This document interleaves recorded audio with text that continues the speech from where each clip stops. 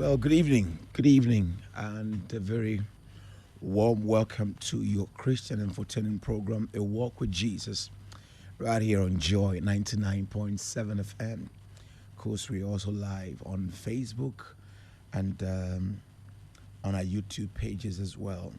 Last week, we started a discussion on what Christians can do to keep their marriages together, that is intact. And of course, our resourceful guest, as usual, Elder Amos Kevin Annan, gave us insight into some very important nuggets that Christian couples can practice to spice up their relationship. Amos mentioned again that for marriages to thrive, a man must love his wife like Christ loved the church, and the woman must honor the husband as the church honors Christ. Ecclesiastes chapter 4, and verse 11 to 12 says, again, if two lie together, they will keep warm. But one can be warm alone, or how can one be warm alone? Is a question we need to be asking ourselves. Though one may be overpowered by another, can two withstand? And a three chord is not quickly broken. Tonight, we want to delve into a more critical issue right now, the issue of loneliness. The issue of loneliness, right? So definitely loneliness may have wreaked a lot of relationship and has driven many others, to commit suicide, some into depression and the rest of it. We want to learn to understand how Christians are managing their feelings of loneliness in their relationship. We invite your comments as usual and questions on our WhatsApp platform 055 1111997. That is 055 1111997. Of course, on our Facebook page, the Joy FM Facebook page, we're streaming live on Facebook. Kindly connect with us and share the pages even as you join us. If the music is ready. All right. I think that we can go immediately. Once again, our resourceful in-house guests. I think very soon we should just, incorporate you properly. Good evening. Great to have you, sir. Good evening, my brother. I trust you're doing great. Family is good. Yeah.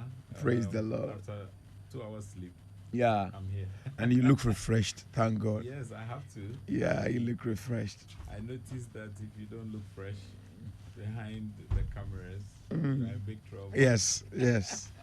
In fact, So anyway. right after my long meetings after service, I had to take a 2-hour nap.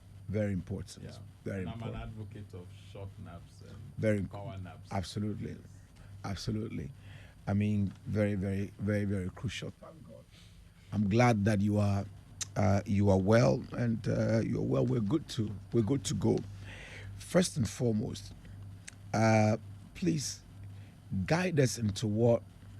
Okay, maybe you want to talk about what loneliness is and what leads to that. I believe that it's quite a subjective topic and all that. Yeah. Well, in this life, nearly every subject that I have seen broached by people for conversation can be viewed as subjective.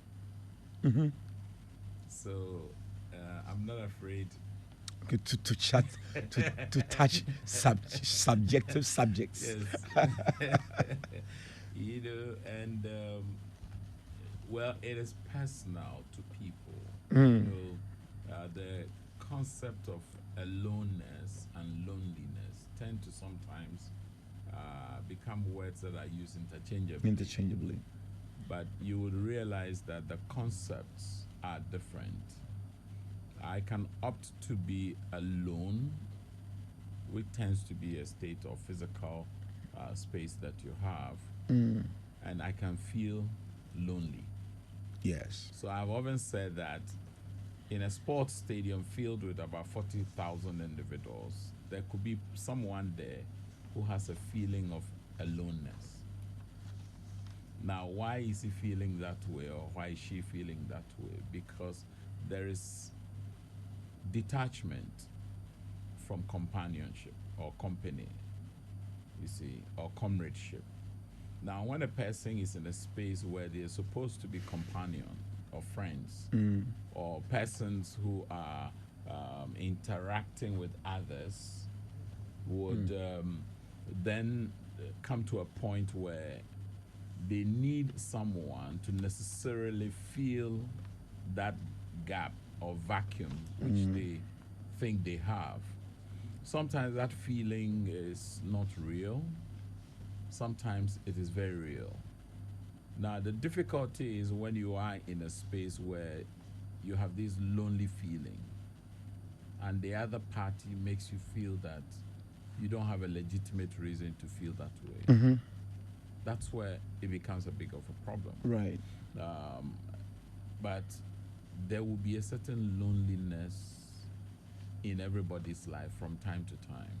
And that is where you don't, for instance, for many men that I speak with today, is a feeling of the need for support.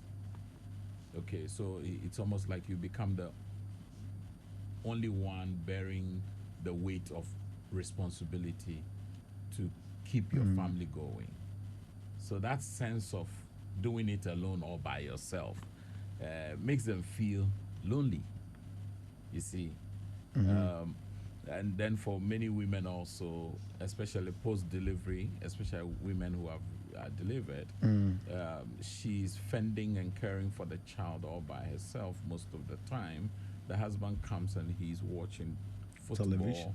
or he's playing a game on his device or something, and the woman begins to feel lonely. She has company, but the company is not present. You see, being around is not necessarily being present. True. You can be around and detached completely from the person you are with. And when you look at the Genesis 2:18, where it says it's not good for a man to be alone, we will make for him a helper suitable for him. I think that the Creator had a clear picture of what it is that he wanted to achieve to cure the loneness of a man, which most likely was going to result in loneliness, because he said for the man there was no help for him. There was no company that he had. And you know that David talked about it in Psalm 68, where he says God takes the lonely and places them in families. So the accounts have a very beautiful statement. They said, I and to wait that, you know, you have this warmth from others, this warm feeling. So in essence, that's what it is. And it's personal to people. Right.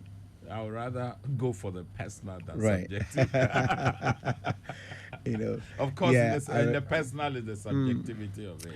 I read What you know, new power? right. The guys have it this way. They say, "Bomo bunyo ehifishia flow." Jesus is Lord. Bonyo. Ehifishia flow. Exactly. It's better than an empty home, you know, an empty house. It's like a dog is better than a dead lion. Isn't Absolutely, it? absolutely. But you know, the East Africans say that a human being is a human being because of other human beings. Absolutely. Other than that, you are in a different. Yeah, You know, yeah. yeah. So the lions see themselves as lions because there are other lions. Yeah. Anyway, so you pick on when there's a detachment. Yeah. Detachment is real. Oh, it is. You real. know, it is real. And in some cases, it is the person who feel detached, who has detached him or herself, right? Now, detaching yourself or someone deliberately detaching themselves from you, they're two different things. Oh yes, You definitely. know, they're two different things. Now, once the person detaches him or herself, you know, from others, can the person shout loneliness? Well, I mean, I said on a different platform some time back that there are individuals who isolate to insulate themselves. Mm. So, for instance, you did something to me, and because of what you had done to me, I pull away. Mm. The idea of pulling away is not necessarily to It's render a the protest. relation.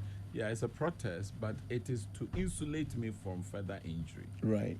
So there are individuals who actually isolate to insulate themselves. Okay. But the question is, for how long are you going to be in that insulator? And will the other party be waiting for you all the while that you are in the insulation or the cocoon or the shell that you've created for yourself? Mm. And that's where it becomes complex. Now, when they are longing for a companion and you are insulating because you are afraid that you're going to be hurt again, you're afraid that you're going to be offended again, that would hurt the relationship. The longer it stays, the deeper you sink. Mm-hmm. You see, so in one breath, you opted to detach from the person Mm-hmm. because you want to protect yourself. Like some people will say, well, my friend offended me and I have forgiven them, but I think that I wouldn't want to be. I want to maintain I want a to respectable maintain distance. distance. You see. Yeah. So walk me through. So, Yeah. like, I was going to close on Okay. whether or not the person can cry Yeah. loneliness. Cry loneliness. They can cry loneliness because they are hurt. Mm. And they will tell you that the reason why they are going into that lonely state is because the issue may not have been resolved. Okay. And sometimes what happens is that you find individuals invalidating your feeling of loneliness. Loneliness. Because, but I'm always here. Mm-hmm. But what's the big deal? Right. I mean, I've provided you everything you need, and then they throw, It's, they throw. it's our species. It's our species that go like this sometimes. Yeah, they trivialize your feeling of loneliness. But we also know that people have used the cry for loneliness or of loneliness as a manipulative tool to get attention. So that's between that and the earlier one, it's something that we all need skill and grace to be able to navigate. Otherwise, we would always dismiss another party's feeling of loneliness, and that won't be fair. Very quickly, walk me through what possibly could lead to somebody self isolating or self detaching for whatever reasons. Okay, so for instance, you look at Or let me your spouse self isolating into loneliness. into loneliness. Okay, now you have raised some concerns about some activity of your spouse on phone, Right. for instance, and they are not responsive. They have rationalized it, they have dismissed it. Chances are that this person will no longer raise the subject in that area. So, in the area of conversations or discussing matters that hurt, they would detach. Okay. They are not going to be forthcoming as they were. Or you are posting stuff on social media that your spouse says, I don't think is the way we want to market ourselves in the world. Right. You ignore it.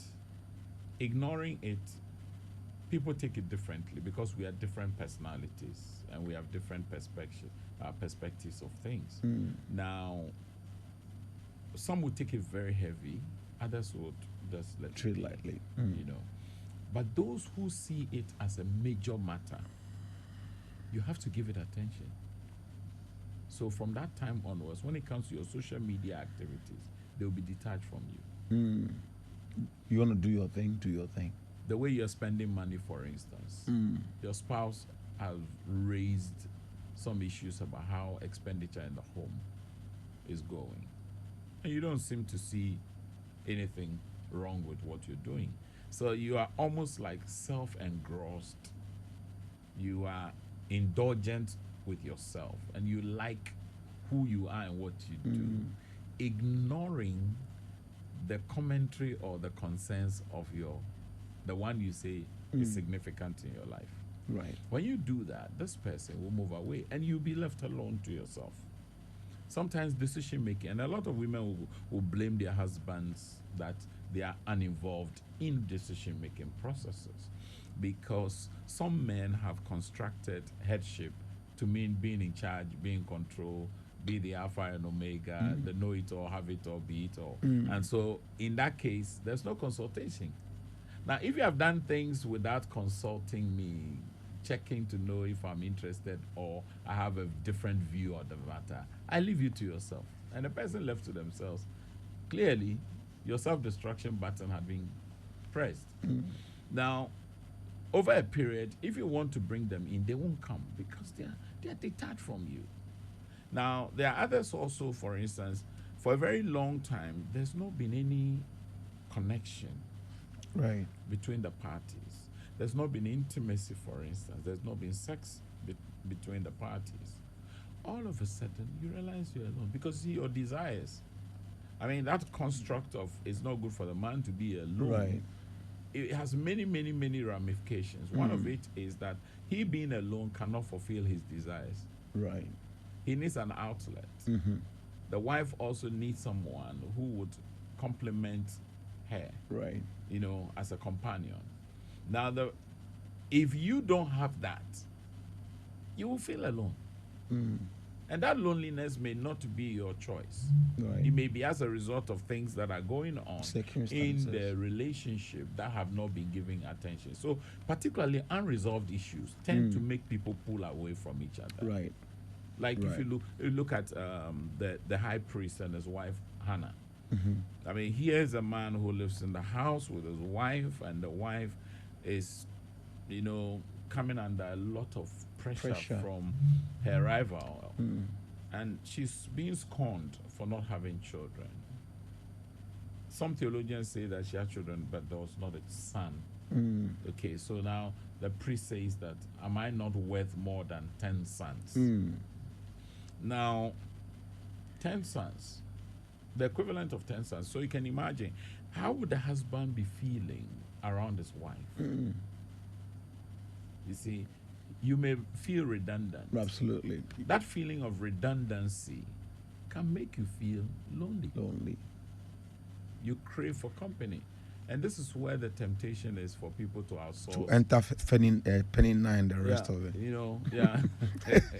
outsource companionship, outsource conversations, outsource compliments, outsource. So you feed on the external sources other than the primary source, which is within your space. And it's not helpful.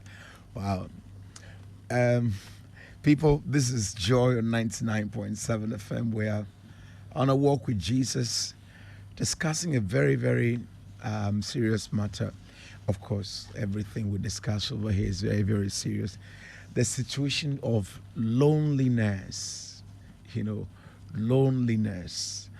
That's very. You said once a while there is going to be, from time to time, there's going to be some loneliness. I hear leadership is a very lonely journey, and the man who is the head of the home is often a leader, and so we must actually enjoy this loneliness, if it does happen, because some man is actually going through lonely. I had a call this afternoon from somebody, a very long call, and the person is talking to me about how he almost slipped into depression, due to loneliness. He has family, and family, is now staying at a different place, and so he's all alone, So this is a situation, and so men are also suffering, even though we said that, well, Bemensu, and the rest of it. Those things have to be challenged. Bemensu, those things. That's why you find that the men are being told that man up, man up, man up, man up. And I think largely is to be blamed on the fact that too many men have taken upon themselves too much. Okay. For instance, you just remarked that the man is the head of his home. I've been processing this for a while, and I'm asking myself, The man has a head, and his head is Christ. Mm. Now, if you have a head who is Christ, how can you purport to be the head of the home when you have a head? Mm. Between your head and you, who is the head of the home? So we have to go back to what Paul says, that the man is the head of And his the wife. woman. You see, unfortunately, we take liberties away from being the head of his wife, and we make it the head of home. Mm. And a lot of men are struggling in that area. Why? Because the head of the home actually is Christ. Yes. Because Christ is the head of the church. Now, I am hoping that, you see, like the Ecclesiastes you read, Mm. the man must come to a place of understanding that if he took things upon himself all alone, he'll be a miserable pauper. Mm. That is the reason why God, in his sovereign thought, brought a helpmate suitable for you. Mm. And that help has come specifically for you as you've been designed. Now, the question is, would the man allow himself to be helped? Mm. Or he would parry away the help that is being offered? Because help comes your way and you can ignore it. Mm. When I was at youth the mission, we had this guy who came to teach us primary health care. Those days, they had this projector, the slides one. Right. There you put a film on and then you project. Very heavy, Very heavy, device. And the computers people were carrying were Exactly. quite heavy. Laptops were heavier Those- than exactly. today. And this guy will carry everything, including his primary health care book, big one. And one day, people were offering him help. And I can handle it. Refuse. Mm. That was his retort. I can handle it. You know. And one day he tripped. And he fell. He And fell. everything. And everything. You know, he was fortunate that he didn't destroy his devices. Right. But you are being offered help. And you can reject the help. Mm. And sometimes out of our ego, we reject the help. Mm. Because we want to man up and hold our own together, when clearly you needed to give way for the help to be offered you. Mm. So for instance, the man has been recalcitrant, stubborn, stuck in his own ways. The wife has raised caution about an activity he's indulging in, and he never listens. So the wife says, I leave you to yourself. Right. Then something happens, the unthinkable. Then she says, I told you You so. catch you. Oh, no, that way. Oh, no. You know, and these things are real in Right. relationships. All right. So what is clear? What is clear is that loneliness sometimes is self-inflicted, and other times is also Induced by you the know other induced by the other. You know, it's pretty much a subjective issue, as we said. Now, last week you said love must not be reduced to feelings. And I was. Yeah. Okay. Can a person truly give love to his or her partner at the same time and make them feel lonely? You see, if you look at Graham's writings on love languages, you would realize that his study, that spans over 25 years. I haven't done a study contesting his, but I've also come up with the idea that love comes in layers. Okay. Now, the idea of individuals responding and delivering love differently is real. It's real. Because we are wired differently. We are wired differently. So I have always exhorted my listeners and persons who want to hear what God speaks through us that differences ought not disturb us. Now, there's beauty in differences as we have it. That is why the eyes are different from the nose, the lips are different from the earlobe. But they all make you beautiful, handsome, good looking, and being the bearer of God's image. So here you are, your weaknesses can be supplied with strength from the person in your company. it can be by other friends, but the primary source of those needs being met is the person you love, that you call your husband or your wife. Unfortunately, people have reduced love to just a feeling. So I call it the ush ash generation. Everything is ush ash. Feelings need deep. You know, why do we reduct love to just a feeling? It's far more complex than a feeling. Dr. Dobson says that love must be tough. Why?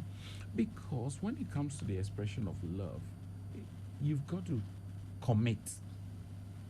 So there's a commitment part of love. You see. Then there is the response part of love. Right. That Graham talks a lot about.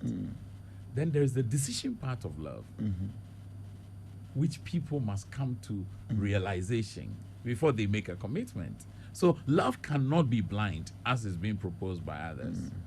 And mostly those are the ones who run on the back of love is blind. Things like love at first sight. You see, there's a difference between I love you with a Christ-like love and I love you in a relational way. You see, the Christ-like love can go for anybody and everybody. I meet somebody on the street who is hungry. The Christ-like love moves me to respond to their need and meet it instantly. But the relational love is different. You look at the individual and you tailor-make your love for them. So the love response and the love that you receive will be what comes now to play. Here you are craving for somebody to serve you, because for you, love is service. So somebody comes and serves you, compared to somebody who comes to basically compliment you. You realize that the one who compliments you doesn't catch your eye like the one who serves you. Okay. Because in your interpretation of love, it is service. That's what it is. So here you are, you're looking for somebody to keep you company. And yet the person who is supposed to keep you company is only supplying needs. So he buys you this, gives you that, but they are absent. Somebody comes and is present. You realize that your level of vulnerability is heightened around the person who is present and keeping you company. Right. So these are the complex areas of love. That is why we cannot simply reduce it to just a feeling. Now, when you look at the Ecclesiastes, the verse 9, the chapter 4, verse 9, he talks about 2 is better than 1. Then he says, for they have a good reward for their labor. Now, as I read that scripture, I realize how laborious love is. Laborious is the word. Yeah, it's cumbersome. It is labor intensive. Labor intensive. Labor intensive. So those who haven't been to the labor ward may want to pay a visit. No, speak to somebody who has a been midwife. Or maybe to your wife. For when you're having the contractions and all those kinds of things, the intensity that it comes with is what love does. You know, that's why people say that the person has been bitten by the love bug and stuff. It can be overwhelming. And it's work. So to love another is labor. But many of us are not ready for the labor. We want the reward. Because when we read a text, they have a good reward for their labor. We ignore labor comes before reward. Inadvertently or deliberately or unknowingly, we ignore the labor bit and assume that it's a fait accompli. It's a walk in the park. So once I get into the bingo, you know, it has to be reward all through and through. No, it cannot be the labor part. And this is where, you know, a lot of people don't like to hear things like enduring in love. Forbearance. You see, we are becoming impatient when it comes to bearing the weight of responsibility. We're becoming quite impatient and evasive sometimes around the subject of labor. We want the reward and not the labor. We've said so many things within a very short time. I wish that we could just skew it to, you know, you are too loaded for my liking. I need, you know, you said so many things in a short period. Now, love is labor intensive. There is a labor part of love, and there is a reward part of love. Now, these are not time specific. So long as the labor is going on, the reward would also be coming. But the reward doesn't always come or doesn't always follow the labor immediately. No. Like all Which is absolutely which is where the dynamics are, because human beings are also different. There are some who want their reward immediately when the labor is gone. Once the labor is gone, mom cash, let the thing flow. And so if it doesn't come, then the person doesn't feel, that love is worth it. Well, for individuals who have that kind of feeling that is not worth it, sometimes they also forget the exhortation by the Apostle Paul that we are not supposed to grow weary In well doing. in well doing. And Now, if you faint not, we would reap the recompense, Right. And so there's a need for us to learn the virtue of waiting for God's promises. One of my dear friends and an elderly older sister, who is a lawyer, Dora Okwe Norte, she's been here a few times, once said that if you came to marry, marry. And I like that. There are individuals who are in there, they are not there to marry. They are there to profit.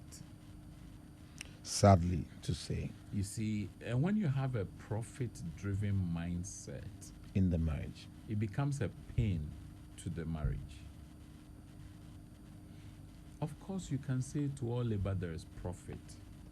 But you see, there's a difference between to all labor there is profit and an attitude of profiteering. Because an attitude of profiteering is exploitative of the other party. The converse is also true, where people also take you into marriage and they impoverish you. They rob you of all the things of life, all the things that God has blessed you with. So when it gets to this point, we need to help people to move away from these extremes and take a median, which is the mid-section. This way kakra, way kakra. You will go through hard times. You will go through the harvest times. Between the hard times and the harvest times is where our maturity actually comes to play. Okay. Now, the Apostle Paul said, I've learned to be exalted and learned to be abased. Abase. And in all these things, he's found a reason to be thankful to God. But we also accepting that this is the point at which all these loneliness, Yes. feeling of loneliness actually come to play. Yeah. I mean, our Lord felt lonely. My father, why have you abandoned me? Even at a point he says that, well, birds have, nests, and then foxes have holes. The Son of Man has, nowhere to live. Yeah. So the reality is that once we are in this tabernacle called human body, there will be occasions where things don't pan out the way we expect. Expectations. And our interpretation when the things do not pan out are critical. Tells whether you are growing Exactly. or you are not growing. This is where Christian maturity comes in, discipleship, our growth in the Lord. Paul at a point came to the church and he was addressing them, and he said that I came to actually address you, hoping you are spiritual, but I can't give you the food I needed to give to you.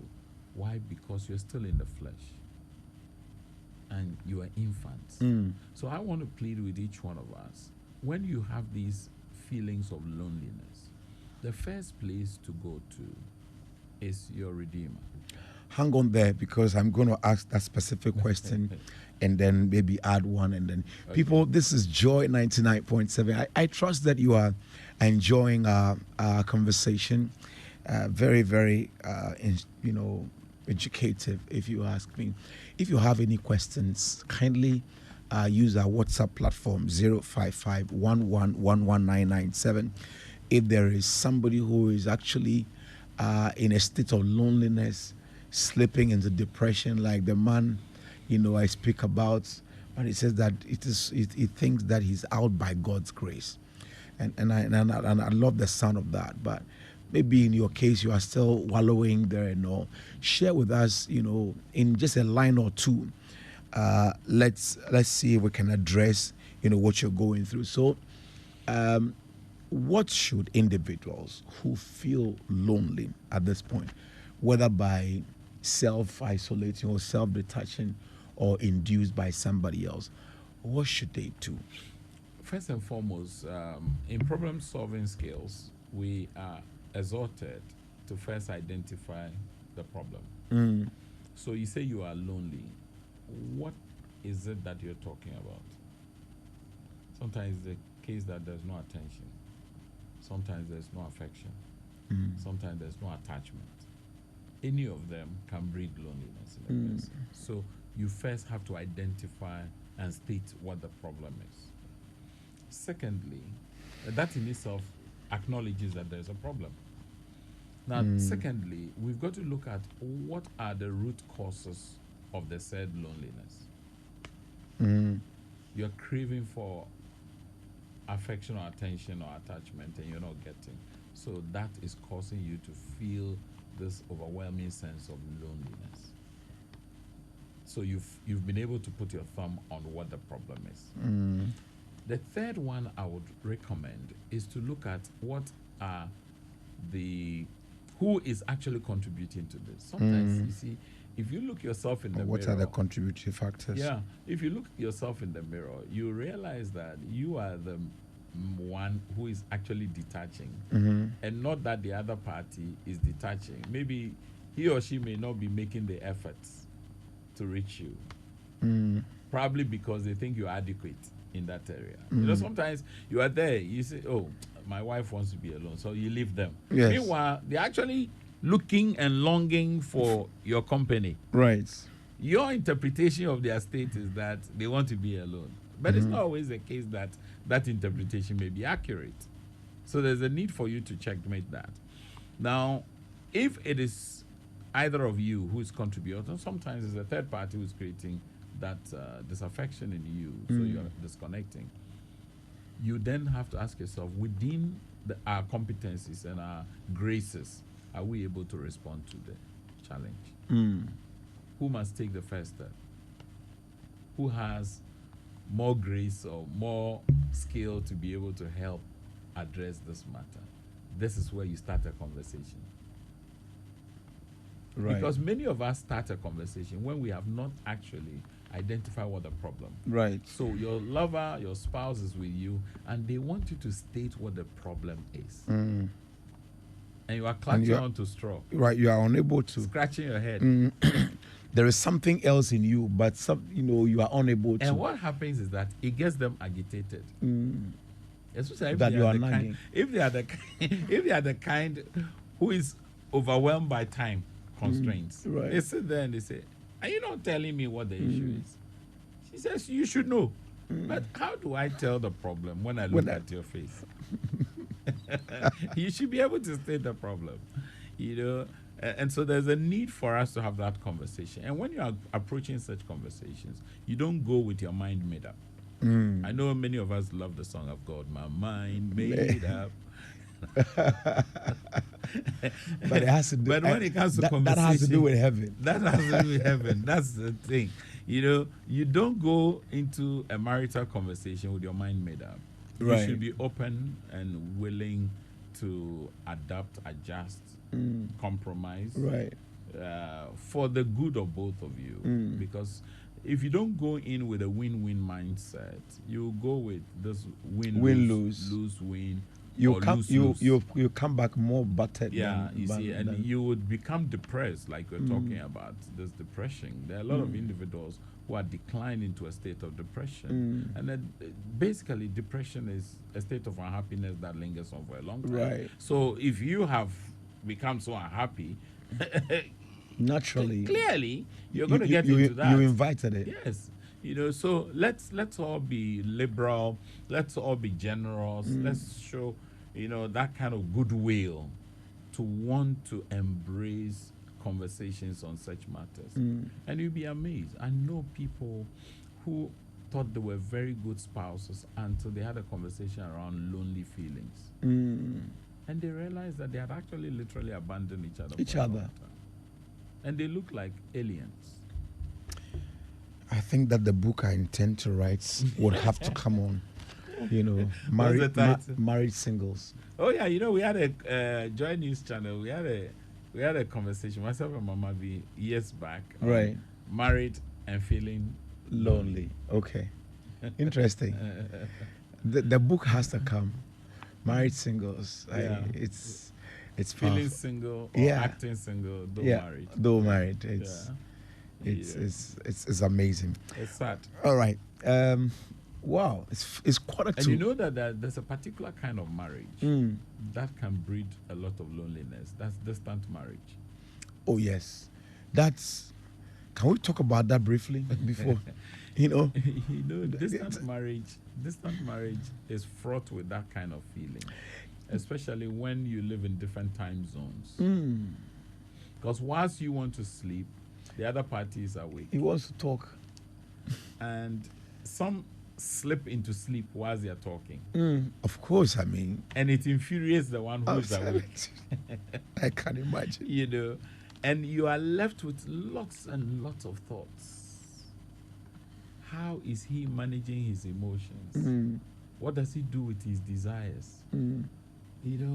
Sexual fulfillment and all those kinds of these questions linger on. Who is in their company for conversations? Aside work, what do they do? The questions, it can be myriad.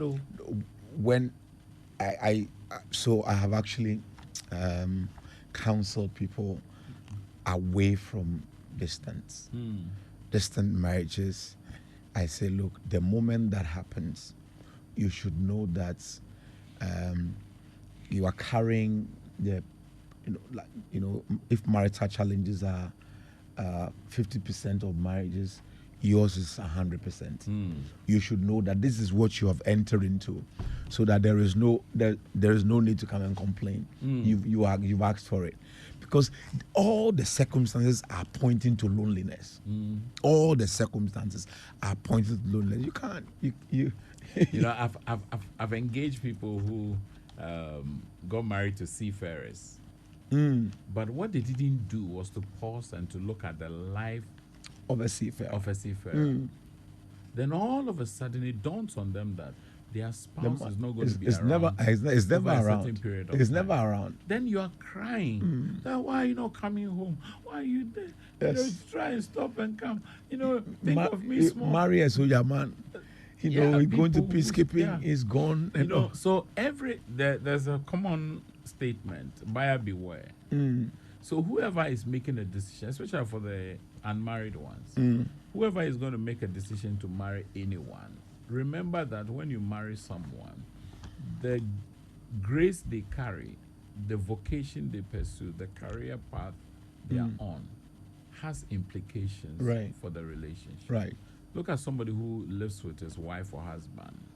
They are actually in the same place.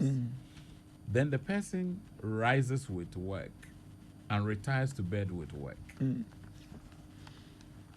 How often are you going to be connecting and engaging? You see, sometimes we don't look at that. Then the work now begins to bite the relationship. It's dictating the And pace. my friend Yapebi made a very profound statement that if you come to a place where you have to choose between your career and your spouse, then you are in a dangerous place.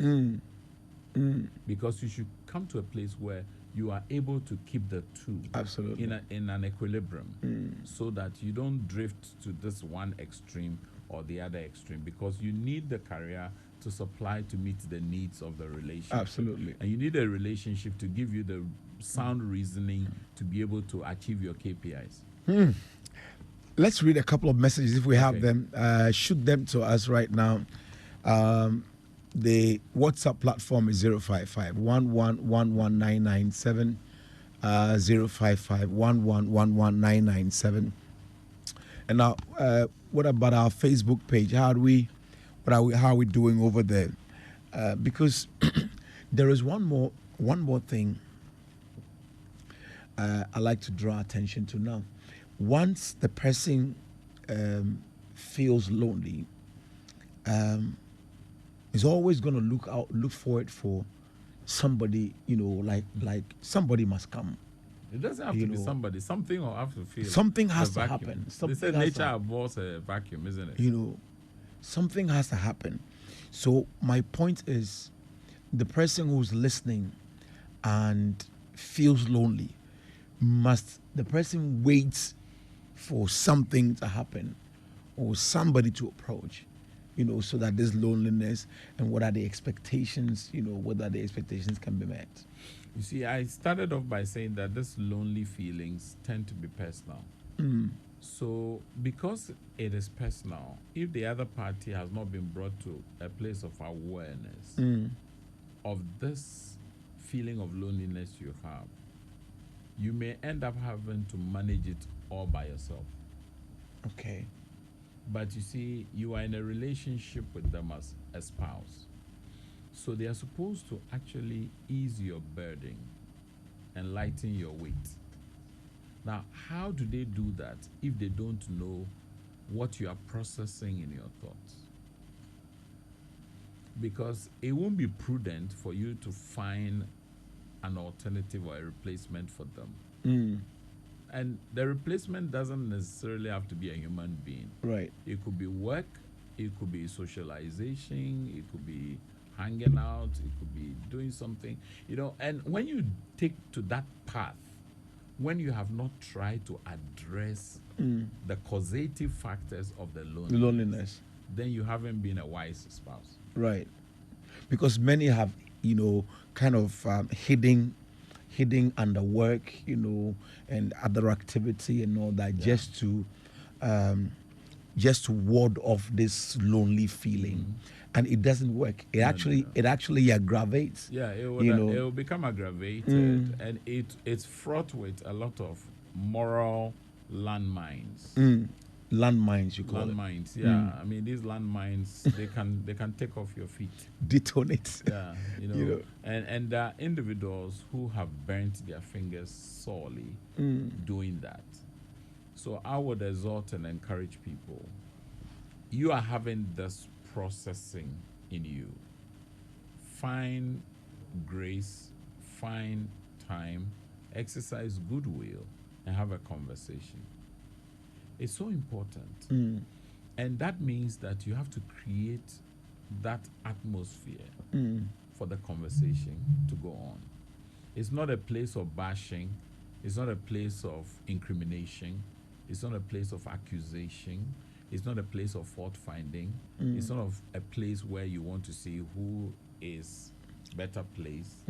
No, it's a place where we want to reason who has been right all this while. No, it's a place we want to reason together. Because we want to have outcomes that help both of us and the relationship. You see, because there's what you do for both of you, and there's what you do for the relationship. Right. And what to do for you. Yeah. Yeah, for yourself. I mean, loads will be doing this for me. Let me do this for me. I mean, the whole idea of philosia, love, which is love for self, is there.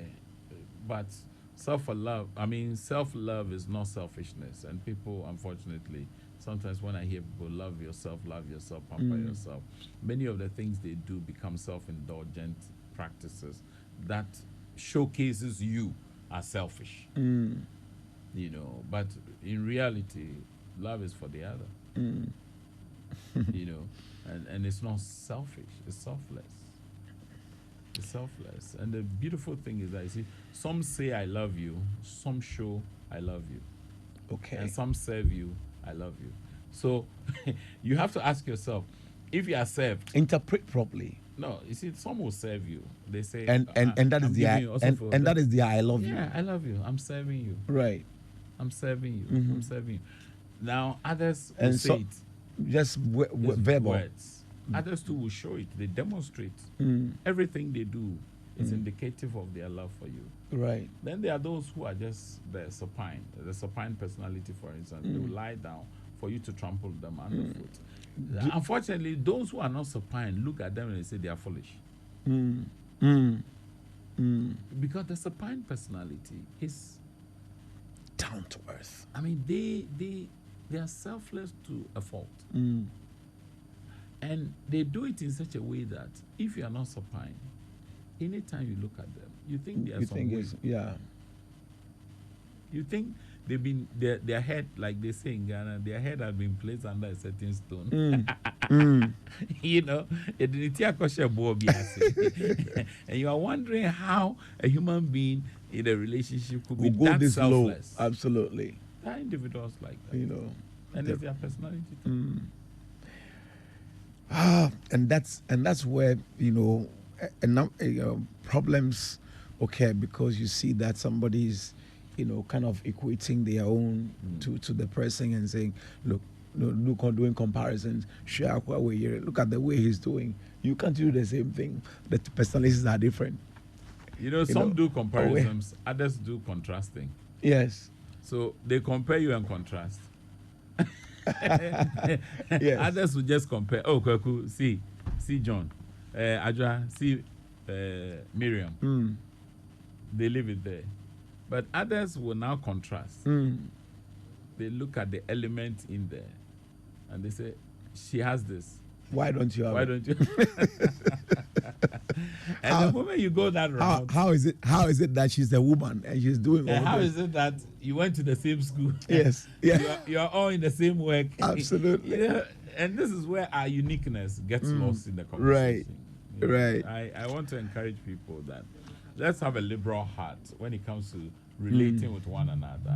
Let's be generous towards each other. Exercise goodwill, because we are all products of God's grace. Yes. We are all products of God's grace. We can't lose sight of what God is doing in our lives or currently doing. And all we have to do is forbear, you know, with one another. And as much as possible, don't be in a hurry, you know, to judge each other or judge each other's action as unfeeling, you know, unwanted. Like Elder is saying, your labor is not in vain. No. Yeah, your labor is not in vain. So just keep laboring, because love is labor intensive. You know, so keep laboring, and when the rewards are coming, they will come in droves, as the Bible says. So long as the earth remains, seed time and harvest, you know, will not cease. You know the irony? When the rewards come, you hardly hear about it. Nobody hears it. But when the pangs of pain Absolutely are real, then of course, it comes to gnashing of shouting. teeth It and comes to shouting. and screaming and yelling It's and banging of tables and breaking of glasses. Lord. That's we being human. because That's the we are reality. in pain. Yeah. So we want to. I mean, much as I know, it's a very, you know, definitely serious area. Lots of people are going through situations like that. Want to encourage you to know that God has never left you, and what you're going through is no different from what others are going through. How we are managing, and when it comes to, you know, it becomes difficult, let's go back to the Lord in prayer, you know, and I believe that the Lord will give you the grace to be able to hold on, hang in there. Thank you all very much once again. Elder Amos Kevin Annan, the CEO of Hearts and Habits Foundation. You said you come and give me. That will be another day. But let me just close on this. Yes. Loneliness in the heart of your lover make them ache. So you have to give it attention. Right. Right. Loneliness in the heart of your lover gives it an ache. Yeah. All right. So give it attention before the ache turns into something else. Thank you very much for being a part of our program. A Walk with Jesus returns, God willing, a week today. Until then, my name is Mike Niabose. I did it with Elder Amos Kevin Annan. And of course, we've been supported by Reverend Abraham Ofusufori. We'll be together again some other time or a week today. God bless you. The discerning ear, the spirit of radio, bring lots of cheer, sweet, sweet stereo. Oh boy, boy, oh boy, that must surely be joy. That is great joy. I'm off for reaching. That is great.